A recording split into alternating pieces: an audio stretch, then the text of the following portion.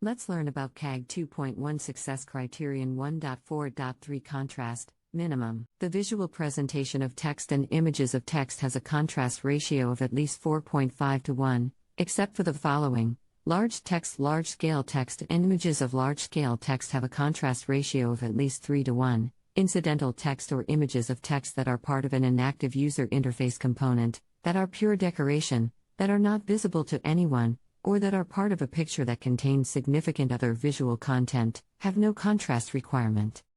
Logo types, text that is part of a logo or brand name has no contrast requirement.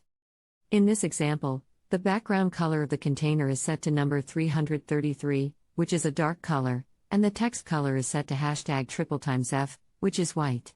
The text color in the text primary class is set to #074D9, which is a blue color with a contrast ratio of 4.5 to 1 against the background color.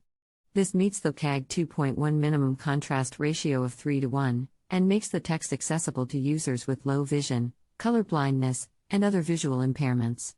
It's important to note that the contrast ratio can be calculated using tools like the WebAIM Color Contrast Checker, to ensure that the text is easily readable for all users.